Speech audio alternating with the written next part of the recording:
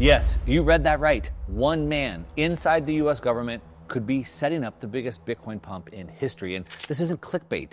It's bigger than most people realize. I'm talking about the U.S. Commerce Secretary Howard Lutnick. I'm talking about his web of connections that puts him right in the middle of a shadow network of whales holding nearly 600,000 Bitcoin. So why is someone with that much power building a $2 billion Bitcoin machine? And what does Tether have to do with all of this? And is the US government actually planning a sovereign wealth fund to back all of this up? Now, real quick on Mark Moss. I've sold multiple tech companies, invested through every boom and bust market for the last 2 decades, and today I'm a partner at a top Bitcoin venture capital fund. I advise public tech companies, and I also publish the Quantum Wave Investment Report, where I help investors profit from the biggest shifts in technology and money before the rest of the world wakes up. In this video, I'm going to break down exactly how Lutnick's strategy works, the $2 billion Bitcoin playbook that's unfolding right now, how it ties into 2 potential US Bitcoin programs, yes, government-backed programs, and why this could ignite the most aggressive Bitcoin bull run that we've ever seen. Trust me, this rabbit hole goes deep. So let's go. All right, so let's jump right into this. I'm gonna use my whiteboard here on my computer to try to map all this out for you, draw it out for you. Okay, so at the center of all this, we have one man working inside the government, and that is Howard Lutnick. Now, most people don't know who he is, but if you do know, you probably know he's the CEO of Cantor Fitzgerald.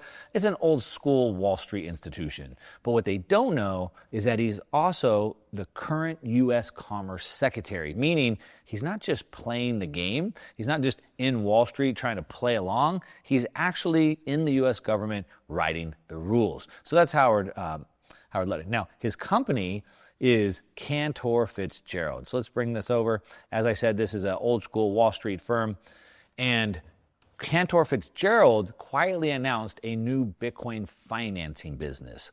So what they want to do is they want to provide financing or liquidity in the Bitcoin space, specifically for borrowing against your Bitcoin. So they have a $2 billion fund that they've set up to finance people that want to borrow against their Bitcoin, which is great because, as I always say all the time, don't sell your Bitcoin, borrow against it. And that's exactly what they're doing. They've announced they have $2 billion of liquidity for Bitcoin, and let's go ahead and bring Bitcoin over so we have this on our game board as well. So here we have Lutnick, the CEO of Cantor Fitzgerald, bringing in $2 billion of new liquidity entering the system without triggering any supply-demand metrics, and then we have Bitcoin right here. So we're starting to see how this is shaping up. Now, as I said, Lutnick is in the government. Now, before he was just part of Wall Street, but now he's part of Wall Street and he's in the government, and he's writing the policy in order to do this. It's a book right out of Wall Street's financial engineering playbook. By the way, Bitcoin 2025 is coming up in Las Vegas here. I'm going to be there speaking. Come hang out. I'll put a link down below if you want to save some money on tickets and come hang out with me.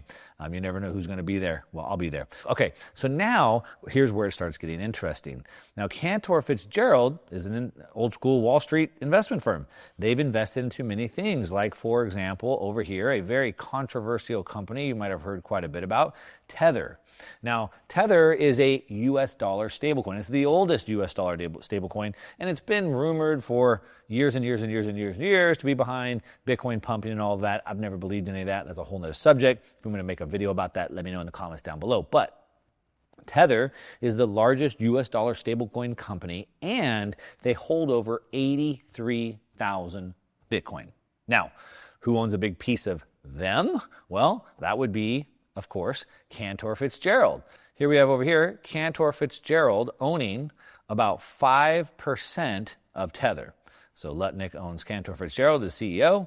They have now launched Bitcoin products, and they also own 5% of Tether over here. Okay, so we're starting to see how this whole thing shapes out. Now, why would this legacy Wall Street firm buy into the biggest stablecoin printer in the entire world? Well, probably because they know exactly where this is headed. All right, now another big investment that Cantor Fitzgerald has made is in this company, Strategy. You might have heard of them, formerly MicroStrategy. They've gone ahead and changed their name because they're all in Bitcoin now. Now, at this point, we know that Cantor Fitzgerald took a massive investment into Strategy. We don't know exactly how much ownership, about $1 billion just in Q4 of 2024, so very recent. So if you think Strategy is not a good play, well, you might want to go talk to Lutnik because he just put $1 billion in last quarter. He obviously understands something about strategy that we don't. So now we have Lutnik inside the U.S. government, the CEO of Cantor Fitzgerald, making massive investments, $1 billion investment in strategy, $600 million investment into Tether, because they know exactly what's going on. But here's where things even get more shocking. As Commerce Secretary, Lutnik is working with the Treasury and the White House economic advisors to build not one, but two government-level Bitcoin programs. First of all, they are building a U.S. sovereign wealth fund, of which potentially Lutnik will be in charge of. So Lutnik now will be directing the U.S. government to be investing money as part of a U.S. sovereign wealth fund. Now, what do you think that Lutnik might advise the U.S. sovereign wealth fund to buy? Well, if you're looking at this web, you might think Bitcoin, and you'd probably be right. The other plan that the government has put together is a U.S. strategic Bitcoin reserve. And of course, what would they be buying specifically? Well, it says it right in the name, and that would be Bitcoin as well. So now we have Lutnik, CEO of Cantor Fitzgerald, making billion-dollar investments into Strategy and into Tether, and as well as creating a $2 billion product around Bitcoin. At the same time, working inside the government to get the government to buy Bitcoin for both the U.S. Sovereign Wealth Fund and a strategic Bitcoin reserve. Now, what would the goal of all this be? Well, of course, if you can get the government to make it budget neutral, meaning that they don't spend any more money from taxes, then the direct cost to the public is none. But let's be real here. That's government code for financial engineering. But what do we really get here? Well, we get a man with power in both government and finance. We get a $1 trillion firm issuing Bitcoin-backed leverage. We get two of the biggest whales in crypto standing behind it. And we have a government quietly positioning itself to become Bitcoin's biggest holder. Now, look, this isn't some dream. This isn't some fragmented movement. This is a Bitcoin flywheel machine, a feedback loop machine, if you will. So how does this machine actually work, besides obviously putting all these pieces together? Well, what happens is, number one, is we get a capital injection into Cantor's play. So by Cantor Fitzgerald working with Wall Street and allowing Wall Street to bring that liquidity into the market without having to sell their Bitcoin, we have all this new capital entering the market. Now, all that new capital entering the market boosts their buying power without increasing the supply.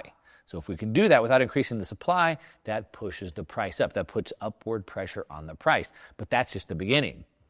Step number two is then the market activity starts to surge. So all that fresh leverage, all that demand starts flooding in. Now we have traders, we have funds, we have whales starting to use borrowed capital to accumulate even more Bitcoin. Because, of course, they're all expecting the price to rise. Now, this increased buying activity pushes prices higher, just like we saw during previous bull runs, except for this time, the liquidity is coordinated from the top. Okay, the third part, step three, is we have major stakeholders starting to profit. And so as Bitcoin starts going up, we have companies here like Strategy holding 500,000 Bitcoin now. We have companies like Tether owning 84,000 Bitcoin, seeing the value of their holdings explode. Imagine as Bitcoin goes from 120, 150, 200, and MicroStrategy, or now Strategy, owns 500,000 of them. Now remember, as the value of their holdings goes up, so does their equity.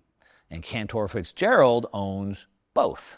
They own Bitcoin and they own the company's equity. And so as the company's equity and their valuation goes up, then Cantor Fitzgerald gets, shall we say, a double dip. Now, step number four is institutional endorsement. So here's where it starts getting really interesting. You see, when the government, through the U.S. Sovereign Wealth Fund and the U.S. Bitcoin Strategic Reserve, as the government adoption enters the cycle through two potential moves, through this budget neutral strategy, meaning they're just reallocating money. But what it does is it creates this massive buy side demand. And more importantly, what it does is it signals Bitcoin is now a strategic national asset. What does that mean?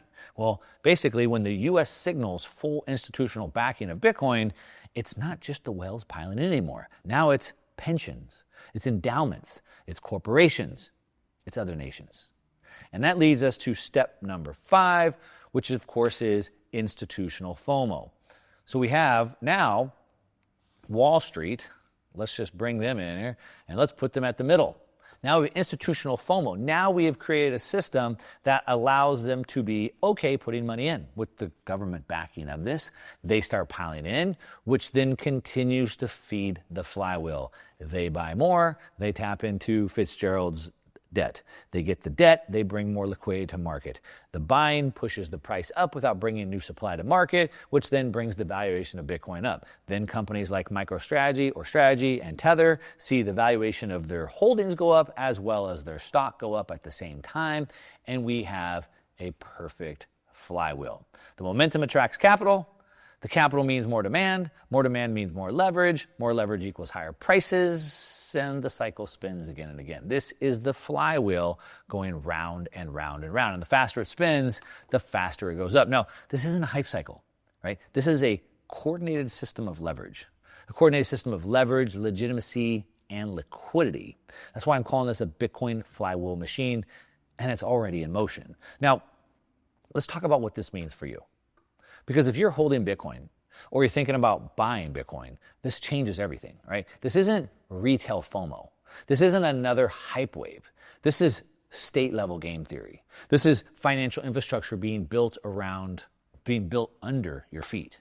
Now, when governments and private sectors start to coordinate like this, they're not speculating, okay? That's what you and I did in the first phase.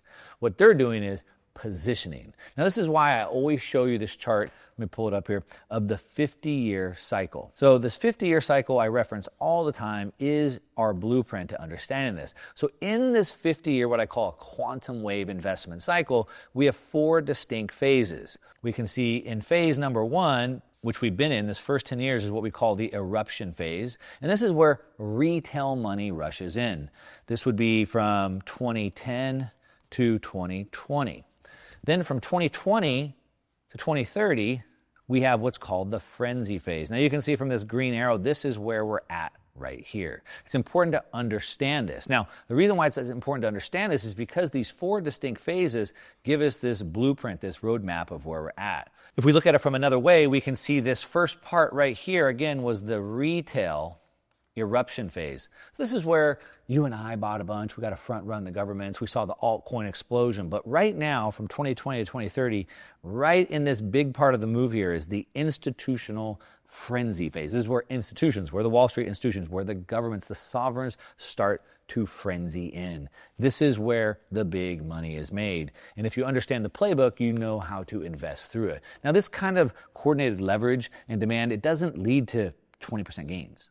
It leads to multiples. It leads to a full-blown Bitcoin supply shock in the middle of an adoption wave with government signaling right behind it. Now, that's when you stop measuring growth in percentages. You start thinking about it in exponentials. It also means you have to stop investing in the rear view mirror. That means you have to stop thinking about the past. You have to stop thinking about how expensive things are based off of the past. So, yeah, but Bitcoin used to be 10 cents and $10 and $100 and $1,000. And yeah, that's in the past. What we want to be doing is investing in the windshield. We want to be thinking about the future, thinking about things where things are going. And by understanding the cycles, you can follow the exact same playbook. Now, if you want to see me break down the entire playbook and show you where I think Bitcoin is in 2030, 2040, and 2050, and give you all the math to back it up, then you might want to go watch this video right here. But here's the thing. Either way, I hope you realize what's happening here. Howard Lutnick's plan isn't some fantasy. It's real. It's unfolding right now. And it could mark the beginning of the next generational wealth transfer for those that are paying attention. Let me know what you think in the comments down below. Thumbs up if you like it. Otherwise, that's what I got. To your success, I'm out.